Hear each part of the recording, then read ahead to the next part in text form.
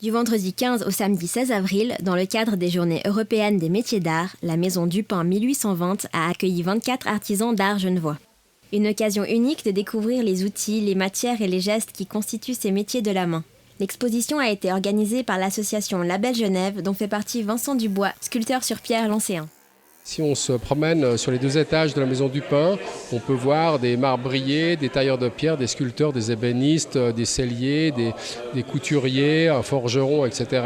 Et c'est l'occasion pour le public de prendre connaissance avec ces métiers dont pas mal sont en train de disparaître, sont confrontés à un effacement du savoir, une perte du savoir, la confrontation à la numérisation, à la mondialisation, à la main-d'œuvre bon marché, qui fait qu'on peut commander les matériaux, les objets terminés à l'étranger, et les faire venir ici. Et pour pas qu'on devienne juste une place de revendeur, la Suisse, c'est intéressant qu'on essaye de défendre ces métiers qui se perdent. Formé à Genève, à Chicago et dans les ateliers de Carrare, Vincent Dubois porte une double casquette. Il est à la fois sculpteur sur pierre dans la tradition des maîtres anciens et artiste contemporain. Son travail conjugue un savoir-faire ancestral et une ouverture sur le futur et les nouvelles technologies. Ici, moi, j'ai choisi de montrer une œuvre qui est justement la représentation de ce carrefour entre ce que peut faire la main et ce que peut faire la machine. Donc l'œuvre qui est ici, c'est une main en marbre blanc de Carrare qui est issue d'un modèle que j'ai réalisé à la main d'abord, qui ensuite j'ai scanné pour avoir une image 3D, que j'ai dégradé numériquement à l'écran pour créer une sorte de dégradation comme les télévisions peuvent bugger. Et ensuite, on a agrandi ce modèle.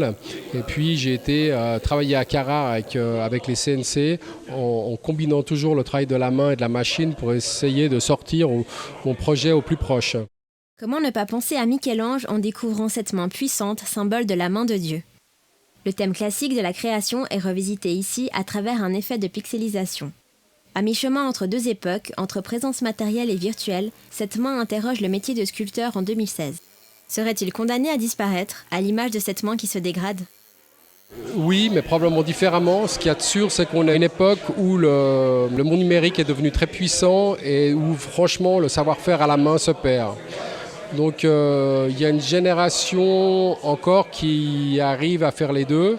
Je pense dans une génération, maximum 2, s'il n'y a pas un effort très concret sur la formation, il y aura un gap, il y aura un trou entre ceux qui savaient faire à la main, qui ne sont plus là, et ce que fait la machine. Ce qui est très ennuyant, c'est que la machine, pour l'instant, elle a besoin de ceux qui connaissent encore bien la pierre. Et je me demande comment ça va être possible de piloter toutes ces machines sans la connaissance des artisans qui connaissent vraiment concrètement les matériaux, parce que dans les écoles, on a quand même de plus en plus une éducation théorique sur la conception d'objets et beaucoup moins pratique sur la connaissance des matériaux. Si la passation ne se poursuit pas, la sculpture deviendra peut-être essentiellement numérique.